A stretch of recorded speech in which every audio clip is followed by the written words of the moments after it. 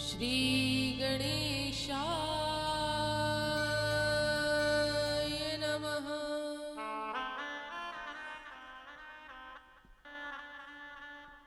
ओम श्री राम कृष्ण चंद्राय नमः।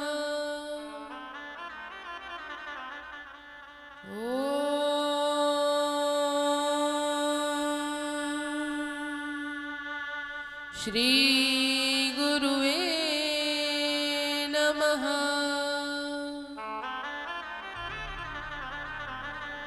शुक्लांबरधरं देवं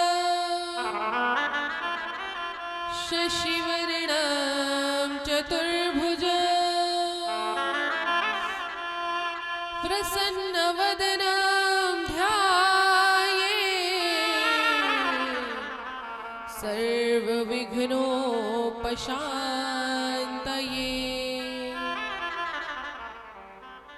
लोकाभिरामं मृणरङ्गधीरं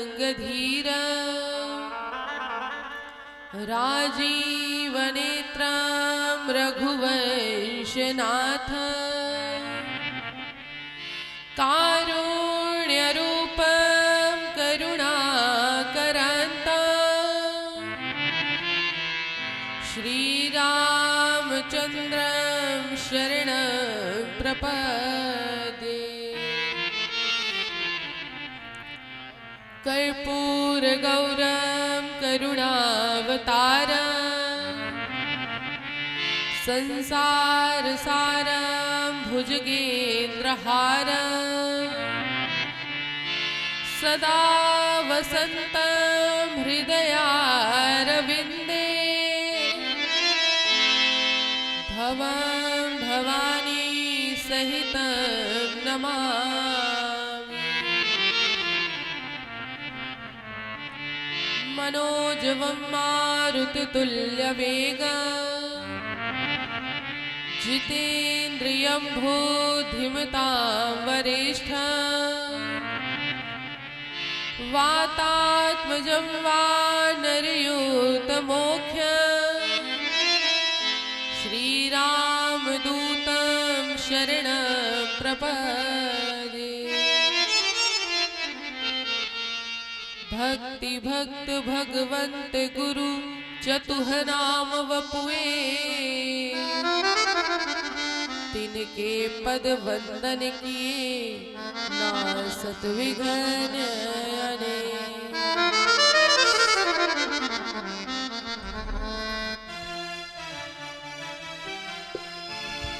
नीलांबुज श्याम मलकोमलांग केशा मलकोमलांगम नीलांबुज श्याम मलकोमलांग नीलांबुज केशा मलकोमलांगम सीता समारोपित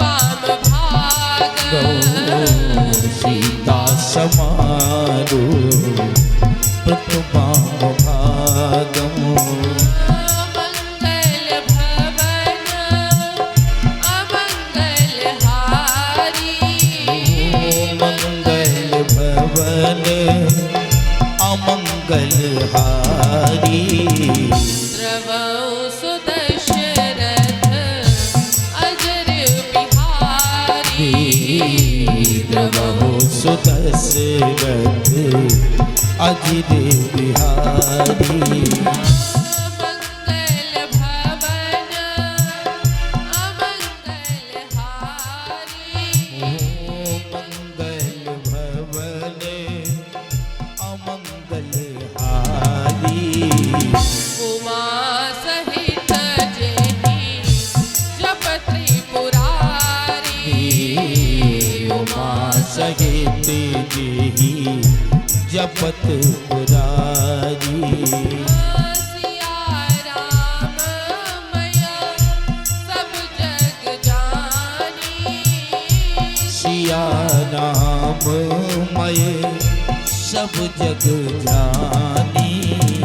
करऊं प्रणाम जोरी जुग पानी। करहु प्रणाम जोर जुग पानी। सीताराम जय हो चरण रति मोरे। सीता राम चरण रति मोरे। अनुदिन बढ़ऊं अनुग्रह तोरे। अनुदिन बढ़हु अनुग्रह तोरे। जय जय जय हनुमान गोसाई।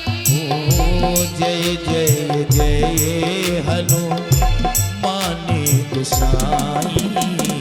कृपा करहु गुरु देव की नाई। कृपा करहु गुरु देव की नाई।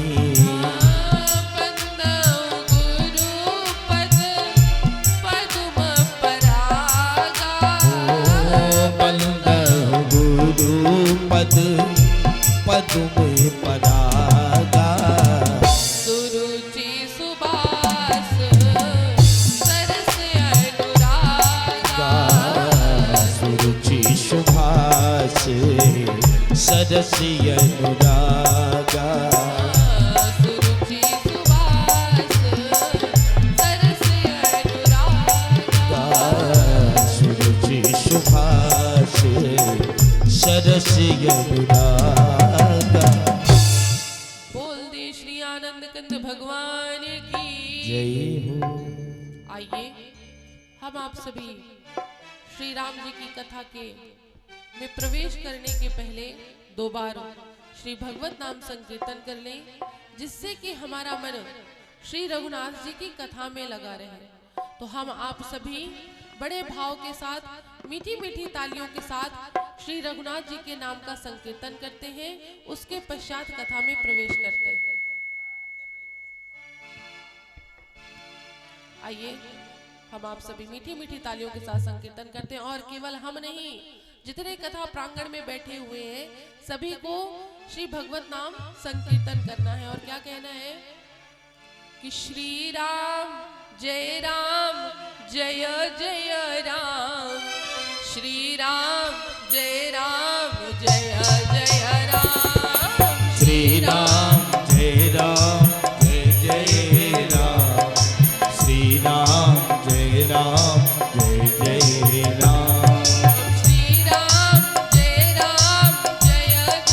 राम। जय हो। श्री राम जय जय राम। श्री राम जय जय राम। श्री राम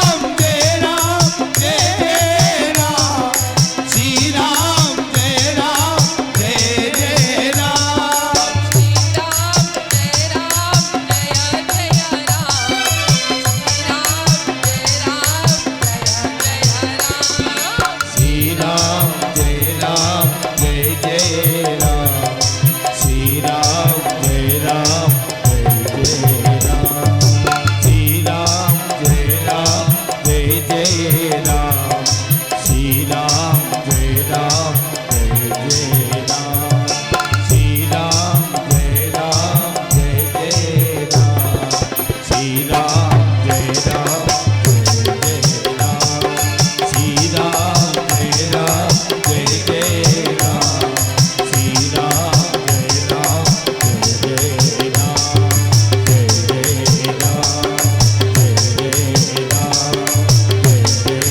राम जय जय राम।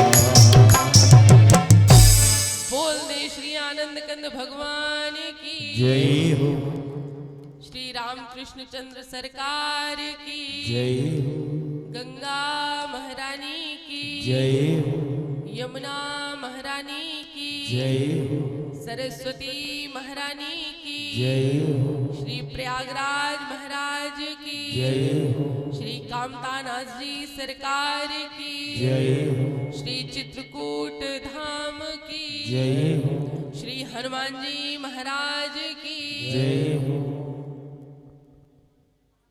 अच्छा, कल वाले कौन कौन बैठे हैं जो कल कथा में बैठे थे? अच्छा, बैठे तो कल वाले बहुत है, लेकिन आवाज इनमें से किसी की नहीं आई। कल कुछ बताया था ना। चलिए, आज जो नए श्रोता बैठे उनको ना पता हो तो मान लिया जाए बात, लेकिन जो कल वाले भी श्रोता हैं वो भी ऐसे बैठे हैं। कल क्या बताया था? नहीं, भोले बाबा की बारात तो बात की बात है। बारात में जाने का इतना माताओं को शौक होता है, इतना शौक होता है कि सब भूल जाएंगे लेकिन बारात में जाना नहीं भूलेंगे। अभी हम पूछ क्या रहे हैं भोले बाबा की बारात, वो तो अभी टाइम है बारात जाने में। लेकिन कल कुछ बताया था ना कि सबके जयकारे में थोड़ी बहुत कंजूसी चल सकती है, लेकिन जो हमारे हनुमान जी महाराज है ना, इनके जयकारे में कंजूसी मत किया करिए। आप लोगों ने कल कंजूसी करी तो देखिए रात में क्या ठंडक हुई, क्या कोहरा आया ना। हम देखिए झूठ नहीं कहते हैं, सही बात कह रहे हैं। तो इसलिए जोर से, शोर से और घनघोर से जयकारा लगाइएगा।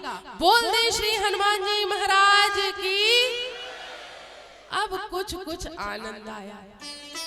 अब जो कमी रह गई है शायद आने वाले 5 दिन की कथा में पूरी हो जाए। 5 दिन कितने दिन? आज कौन सा दिन है कथा का? आज तो दूसरा ही दिन है। अब कै दिन की कथा है यजमान जी? 9 दिन की। चलो ये पता है यजमान जी को 9 दिन की कथा। बहुत जगह तो यजमान जी यही भूल जाते हैं कि कथा हम कौन सी सुन रहे हैं, लेकिन हमारे यजमान जी अच्छे हैं, अच्छे मिले तीनों यजमान जी। एक यजमान जी से तो कोई मतलब नहीं है, उनको तो बस ढोलक और साउंड ये बजना चाहिए तब आनंद है, और कथा क्या हुई इससे मतलब नहीं है। अनंतानंत कोटि ब्रह्मांड नायक परात्पर ब्रह्म श्री राघव जी के चरणों में बारंबार प्रणाम। भूत भावन भोलेनाथ जी के चरणों में शत नमन। अनंत बलवंत श्री हनुमंत लाल जी के चरणों में बारंबार प्रणाम। श्री गुरुदेव जी के चरणों में शत नमन। एवं आप सभी कथा प्रांगण में पधारे हुए भाई बंधु, माता बहनों, सभी को सादर जय श्री राम। आज हम आप सभी इस 9 दिवसीय श्री राम कथा के आज दूसरे सत्र पर एकत्रित हुए। पूर्व की कथा के अंदर हम आप सभी ने कौन सी कथा को श्रवण किया? यजमान जी बताइए, कौन सी कथा कल सुनाई गई? कल कौन सी कथा हुई? आनंद आया, लेकिन कथा क्या हुई ये नहीं पता। ऐसे कैसे बात बनेगी? एक हमारी और यजमान जी मुस्कुरा रहे हैं। कल कौन सी कथा हुई? आधे में तो एक यजमान जी चले गए थे अपने साले साहब को लेने के लिए, तो वो कथा तो छूट ही गई। पूर्व के प्रसंग के अंदर, लेकिन अब याद रखिएगा आज से, है ना, कौन सी कथा हुई। पता चले हम बीच में पूछ लें तब फिर। पूर्व के प्रसंग के अंदर हम आप सभी ने श्री राम जी की कथा श्री रामचरितमानस क्या है, इसको सुनने से लाभ क्या प्राप्त होगा, इसके बारे में हमने श्रवण किया, संतों के संग के बारे में जाना। और इसी प्रयागराज की पावन धरा धाम में जो भरद्वाज मुनि जी निवास करते हैं, उन्होंने याज्ञवल्क्य जी से अपनी शंका का समाधान मांगा। अब आज याज्ञवल्क्य जी भरद्वाज जी को उनकी शंका के समाधान में अब आज वह उत्तर देने जा रहे हैं।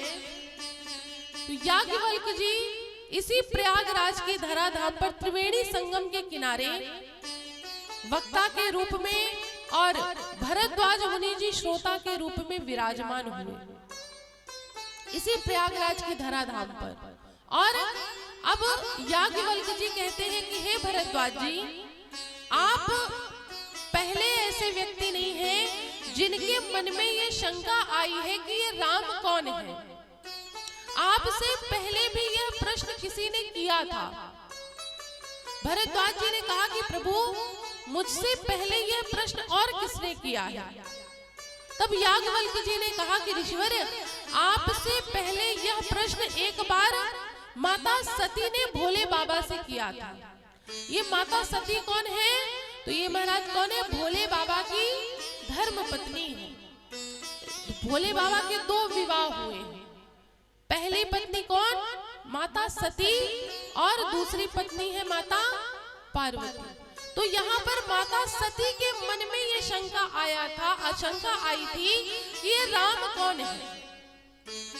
भरद्वाज जी ने कहा तो नाथ, अब आप मुझको वो कथा सुनाइए। याज्ञवल्क्य जी ने कहा कि ठीक है भरद्वाज जी, अब मैं आपको वो कथा सुनाता हूँ जो भोले बाबा ने माता पार्वती को सुनाई। लेकिन उसके पहले आप पहले ये कथा को श्रवण करिए, उसके बाद मैं आपको वो कथा सुनाऊंगा। भरद्वाज जी श्रोता के रूप में विराजमान हुए और याज्ञवल्क्य जी अब कथा कहना प्रारंभ करते हैं। और क्या कहते हैं कि एक बार त्रेतायुग माही, एक बार त्रेतायुग माही, एक बार त्रेतायुग माही, एक बार त्रेतायुग माही,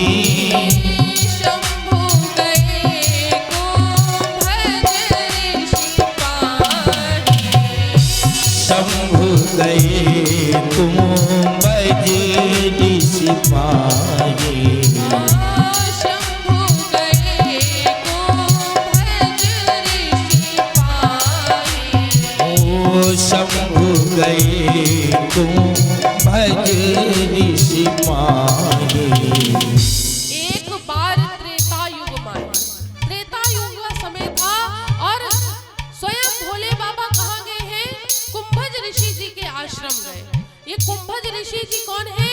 ये अगस्त ऋषि, इनको अगस्त ऋषि भी कहते हैं। इनके आश्रम में स्वयं भोले बाबा गए और अकेले नहीं गए, किसके साथ गए?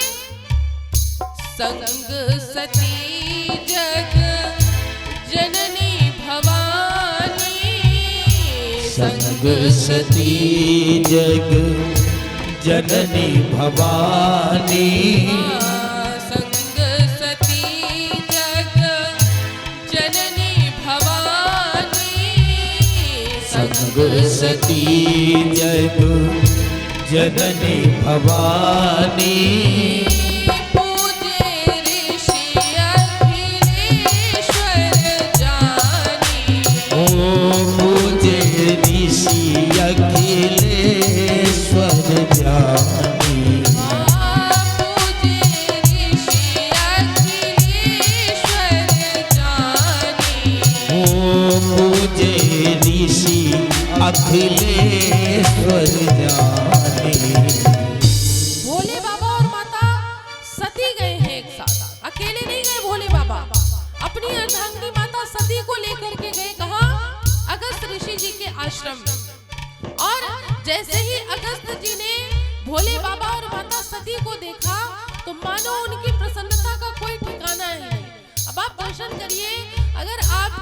स्वयं भगवान आ जाएं तो क्या प्रसन्न नहीं होंगे? प्रसन्न होंगे ना। अच्छा कल्पना करिए आ गए, आपके सत्कर्म इतने अच्छे हुए कि किसी ना किसी रूप में भगवान आ गए, तो आप ये बताइए आप क्या करेंगे?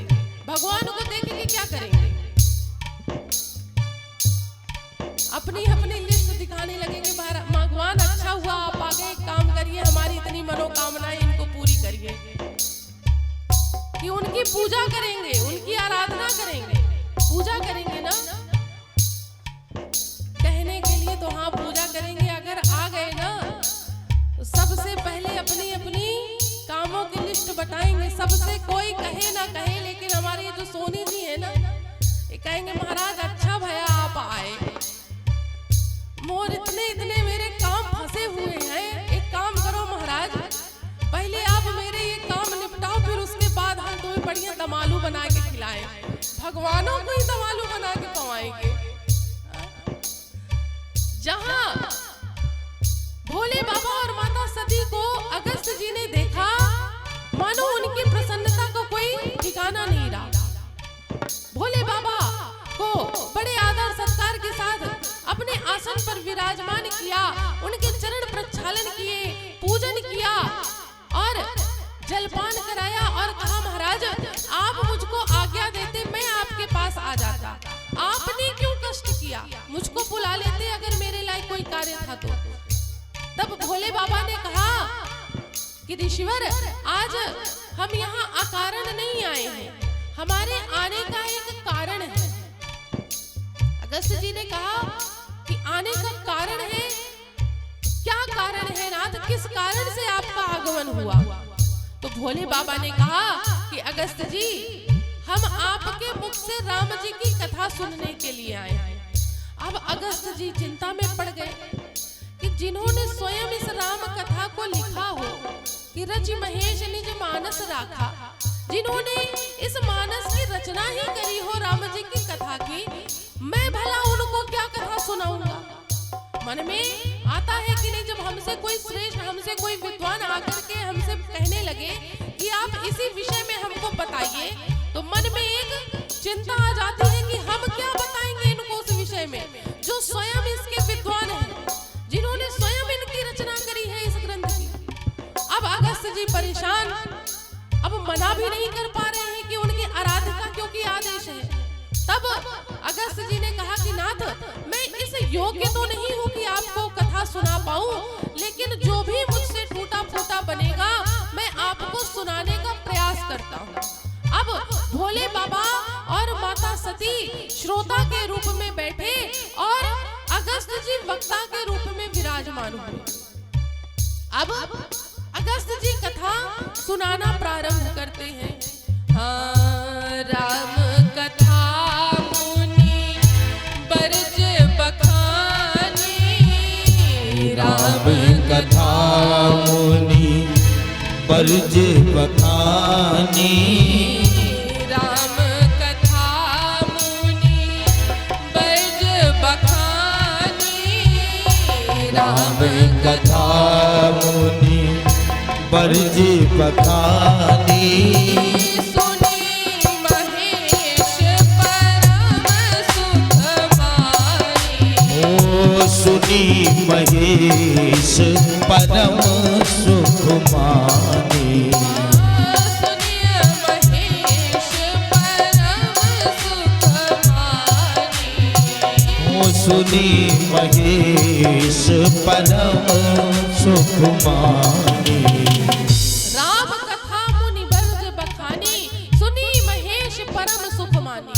अब आप यहाँ दर्शन करिए, भोले बाबा किसके साथ आए हैं? संग सती जग जननी भवानी, अर्थात संग में कौन है?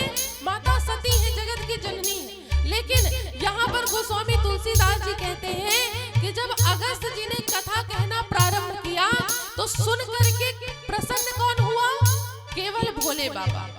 सुनी महेश परम सुख मानी, अर्थात इस कथा को सुना किसने? केवल भोले बाबा। अब यहाँ एक निवेदन करें कि आते तो बहुत है कथा सुनने के लिए, कथा प्रांगण में लोग तो बहुत बैठते हैं, लेकिन ऐसा जरूरी नहीं है कि सब कथा सुनते ही। बहुत से से लोग ऐसे होते हैं कि कथा प्रांगण में बैठ तो जाते हैं, लेकिन कथा क्या हो रही है ये उनसे मतलब नहीं है। बस ये है कि हाँ कथा चल रही है। बहुत से लोग तो आते ही इसलिए हैं कि कहीं एक किनारे हमें खम्मा मिल जाए टिकने को और हम बस वहीं पे बैठ के सो जाए। दो मित्र थे, तो एक उनके यहाँ पर नगर में एक आयोजन होना था, कथा का ही आयोजन होना था। तो एक मित्र ने कहा कि मुझे किसी कारण से बाहर जाना है, तो एक काम करो, आप मेरी जगह पे आप कथा सुनना और जो जो कथा में हो आप वो मुझको बता देना जब मैं आऊंगा। जाना बड़ा जरूरी है, अगर जरूरी ना होता जाना तो मैं नहीं जाता। मित्र ने कहा अच्छा ठीक है जाओ, अगर तुम्हारा जरूरी है इतना जाना तो। ध्यान से सुनिएगा सोनी जी, आप ही के लिए है। तो वो मित्र चला गया, कथा हुई। कथा के बाद जब वो मित्र आया तो उसने पूछा कि क्या हुआ मित्र, कैसी रही कथा? कहे मित्र कथा तो बड़ी अच्छी थी, आनंद आ गया। तो उसने पूछा ये बताओ अच्छा कथा में बताया क्या क्या गया? कहने लगा अरे बड़ी अच्छी अच्छी बातें बताई गई। एक बात हो तो मैं बताऊं, अरे बड़ी अच्छी अच्छी बातें थी, एक से बढ़कर एक अच्छी बातें थी। अब मैं तुमको क्या बताऊं, इतनी अच्छी अच्छी बातें थी। कहे अरे उन अच्छी बातों में एक तो कोई बात बता दो अच्छी। कहता है कि बातें तो इतनी अच्छी अच्छी महाराज ने बताई, लेकिन मित्र मैं सत्य बताऊं, मैं कथा सुनने तो रोज जाता था, लेकिन एक किनारे बैठ करके मैं सो जाता था। अब उस कथा में महाराज ने क्या क्या बताया ये मुझको नहीं पता, वो तो बीच बीच में ताली बज जाती थी तो ये लगता था कि हाँ कथा अच्छी हो रही है। तो बहुत से लोग कथा में बैठते तो हैं लेकिन कथा सुनते नहीं है। इसलिए कथा का लाभ लेना है तो कथा सुनना भी जरूरी है। जैसे यहाँ पर कई लोगों को निद्रा देवी का आगमन हो चुका है, देखिए पीछे यजमान जी के पीछे, जय हो जय। अब क्या करें, इतने रिश्तेदार सबके यहाँ आ रहे हैं, इतना भोजन बनाना पड़ रहा है, सारी अब थकान कथा में ही तो उतरेगी, इसीलिए आके बैठ जाते हैं कि जाएं इसी बहाने सोने को मिल जाएगा, है ना। कथा जितनी रिश्तेदार बनवा बनवा के भोजन परेशान करें तो जाएं कथा में ही सोने को मिलेगा। ऐसे रहेंगे तो चाय ही बनानी पड़ेगी टेंट में अंदर रहेंगे तो ऐसा नहीं करना चाहिए। यहाँ पर भोले बाबा ने तो कथा सुनी लेकिन माता सती ने कथा को नहीं सुना। परिणाम स्वरूप जब माता सती और भोले बाबा अगस्त जी से कथा सुन करके जाने लग गए तो भोले बाबा ने अगस्त जी से कहा कि अगस्त जी आपने मुझको कथा तो बड़ी सुंदर सुनाई, अब आप उस कथा के दक्षिणा स्वरूप आप बताइए मैं आपको क्या दूं। जब हम किसी से कथा सुने श्रवण करें तो उसको भेंट स्वरूप वक्ता को जरूर कुछ ना कुछ देना चाहिए, लेकिन ऐसी वस्तु देनी चाहिए जिसका वह सदुपयोग कर सके, अर्थात जो वो उपयोग कर सके। ऐसा नहीं देना चाहिए कि वो रखा रखा एक किनारे रखा ही रह जाए। ऐसी वस्तु भेंट करने का कोई अर्थ नहीं होता। हमें कभी किसी को वस्तु भेंट करनी हो तो चाहे वह छोटी वस्तु भेंट करिए, लेकिन ऐसी करिए कि जिसका वह उपयोग कर सके। बहुत से लोग तो ऐसे होते हैं कि खाता पूर्ति करते हैं, ऐसी वस्तु भेंट करेंगे जो कभी उसको देखने का मन ही ना करे, जिसको कोई नहीं पूछेगा, जिस सामान को वो वस्तु ले आकर के कहे कि चलो इसी को दान कर दे। दान करने में कौन से अच्छा, दान की दुकानों में लिस्ट भी अलग आती है। जाएंगे दुकानदार के पास तो कहेंगे अरे वो दान करने वाला सामान दे दो, जो दान किया जाता हो। ऐसे ही जब पंडित जी सामान लिख के देते हैं ना पूजा का सामान, तो कहेंगे अरे वो पूजा वाली सुपारी ले आके दे दो, पूजा वाली सुपारी। हर चीज का नाम भी अलग अलग दुकान, तो दुकान वाले वही चीज छांट के देते हैं। ऐसा नहीं करना चाहिए। आप किसी को थोड़ा दीजिए लेकिन ऐसा दीजिए जिसका वह उपयोग कर सके। इसीलिए भोले बाबा ने कहा कि अगस्त जी आप मांगिए, आपको मैं दक्षिणा स्वरूप क्या दूं। अगस्त जी ने कहा कि नाथ, अगर आप मुझको कुछ देना ही चाहते हैं तो आपने जिनकी कथा सुनी है आप मुझको उनकी भक्ति प्रदान करिए। देखिए, राम जी की भक्ति देने का अधिकार यदि किसी को है तो वो किसको है? तो भोले बाबा को। अगस्त जी ने कहा नाथ, मुझको और कुछ नहीं चाहिए और मैं लेकर के क्या करूंगा?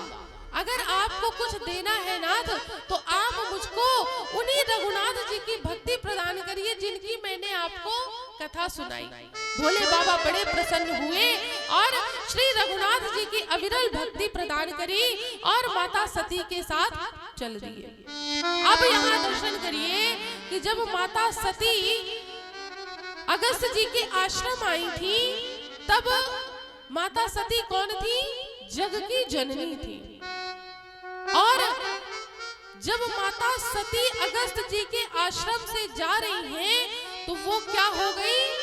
चले भवन संग दक्ष कुमारी, अर्थात जो जगत की जननी आई थी जब वो वापस जाने लग गई तो क्या बन गई? दक्ष की कुमारी। अर्थात ये जो माता सती के पिता है ना दक्ष, ये बड़े अहंकारी हैं और माता सती ने कथा नहीं सुनी, इसलिए वह क्या हो गई? एक अहंकारी की पुत्री बन गई। जो मान और जो सम्मान के साथ माता सती आई थी उन्होंने अपना मान और सम्मान वहीं पर छोड़ दिया और एक अहंकारी की पुत्री बन के गई। अब यहाँ दर्शन करिए कि जो कहते हैं ना कि हमारा मान और सम्मान करो, लेकिन मान और सम्मान हमारे व्यवहार से होता है। कोई कितना भी प्रयास कर ले किसी से जबरदस्ती मान और सम्मान कराने का, लेकिन नहीं करा सकता। आपका व्यवहार ही आपको समाज में मान और प्रतिष्ठा प्राप्त करा सकता है। कोई कितना भी चाह ले कि बिना आपके व्यवहार से हमको मान और प्रतिष्ठा प्राप्त हो जाए तो नहीं हो सकती। उसके लिए आपको वो व्यवहार अपनाना पड़ेगा जिससे समाज में आपका मान और सम्मान हो। माता सती ने अपना मान और सम्मान स्वयं वहां पर गंवा दिया उन्होंने, क्योंकि कथा को सुना नहीं। और जब वो वापस गई तो एक अहंकारी की पुत्री कहला के गई। और अब माता सती और भोले बाबा चले तो मन में भोले बाबा के एक विचार आया कि त्रेता युग का समय चल रहा है, मेरे प्रभु यहीं कहीं पे लीला कर रहे हैं, तो जिनकी मैं कथा सुन के आया हूँ अगर मुझे उनके दर्शन प्राप्त हो जाए तो आनंद आ जाएगा। रघुनाथ जी ने भोले बाबा की इस मनोकामना को सुन लिया। और उस समय पर कौन सी लीला चल रही थी? जब रावण माता सीता का हरण करके ले गया था और राम जी और लक्ष्मण जी माता सीता को खोज रहे थे। भोले बाबा आकाश मार्ग से चल रहे हैं, नीचे राम जी और लक्ष्मण जी माता सीता को खोज रहे हैं। उसी समय पर आकाश मार्ग से भोले बाबा की नजर नीचे रघुनाथ जी पे पड़ी। जैसे ही भोले बाबा ने राम जी को देखा अब तो वो खुशी से नृत्य करने लग गए और बार बार कहने लग गए, जय हो सच्चिदानंद, जय सच्चिदानंद। आपके दर्शन पाकर के मैं धन्य हो गया। माता सती ने जब भोले बाबा का ये व्यवहार देखा तो माता सती ने सोचा कि भोले बाबा इनको सच्चिदानंद सच्चिदानंद कह रहे हैं, जो अपने पत्नी के विरह में पेड़ों से लिपट के पूछ रहे हैं कि क्या आपने मेरी सीता को देखा, मेरी भार्या को देखा। इनको मेरे प्रभु सच्चिदानंद कह रहे हैं, ब्रह्म कह रहे हैं। मुझे ये भोले बाबा का व्यवहार समझ में नहीं आ रहा। अगर ये ब्रह्म होते, भगवान होते, परमात्मा होते तो क्या इनको पता नहीं होता कि इनकी पत्नी कहाँ है, इनकी भार्या कहाँ है? ये ब्रह्म नहीं है, मैं इनको ब्रह्म नहीं मानती। भोले बाबा ने बहुत समझाया देवी कि यही ब्रह्म है, यही परमात्मा है। सती जी ने कहा कि नहीं भोले बाबा, मैं इनको ब्रह्म नहीं मानती, मैं इनको परमात्मा नहीं मानती। भोले बाबा ने अथक प्रयास किया। जब माता सती नहीं मानी तो माता सती से भोले बाबा ने कहा कि देवी अगर आपके मन में इतनी ही शंका है तो एक काम करिए, आप इनकी जाकर के परीक्षा ले लीजिए। लेकिन परीक्षा कैसी लीजिएगा? विवेक पूर्वक इनकी परीक्षा लीजिएगा। माता सती ने कहा कि ठीक है प्रभु, मैं इनकी परीक्षा लूंगी। माता सती परीक्षा लेने के लिए चली गई और भोले बाबा वहीं पर वट वृक्ष के नीचे बैठ गए और बैठ करके कहने लग गए कि अब आप जाइए देवी, मैं आपका यहीं पर इंतजार करूंगा, आप जा करके परीक्षा लेकर के आइए। अब माता सती श्री रघुनाथ जी की परीक्षा लेने के लिए दंडकारण्य वन में पहुंच गई और क्या करने लग गई लीलाओं कि कल्याण न हो उस नारी का जो पति की बात न माने। कल्याण न हो उस नारी का जो पति की बात न माने। कल्याण न हो उस नारी का जो पति की बात न माने। कल्याण न हो उस नारी का जो पति की बात न माने। जो पति की बात न माने, जो पति की बात न माने, जो पति की बात न माने, जो पति की बात न माने। जो पति की बात न माने, जो पति की बात न माने, जो पति की बात न माने, जो पति की बात न माने। कल्याण न हो उस नारी का जो पति की बात न माने। कल्याण न हो उस नारी का जो पति की बात न माने।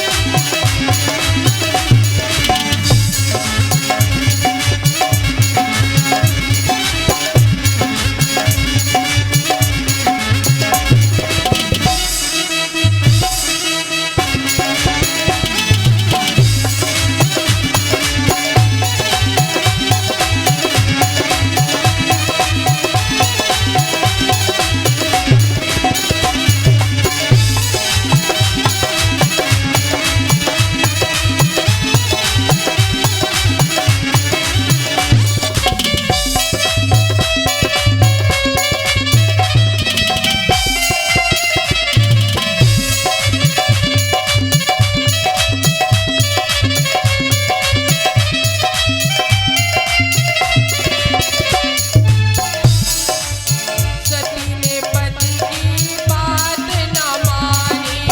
सती ने पति की बात न मानी। सती ने पति की बात न मानी। सती ने पति की बात न मानी। राम को जांचन चली भवानी। राम को जांचन चली भवानी। राम को जांचन चली भवानी। ओ राम को जांचन चली भवानी। ओ रूप धर लियो, जय हो, रूप धर लियो, जय हो। रूप धर लियो, जनक दुलारी का जो पति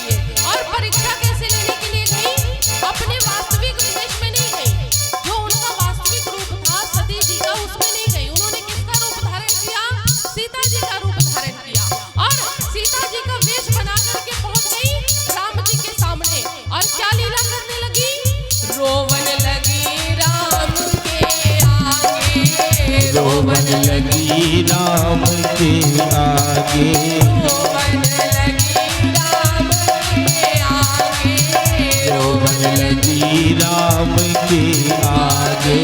प्रभु पहचान कहानियों लागे, प्रभु पहचान कहानियों लागे, प्रभु पहचान कहानियों लागे, प्रभु पहचान कहानियों लागे।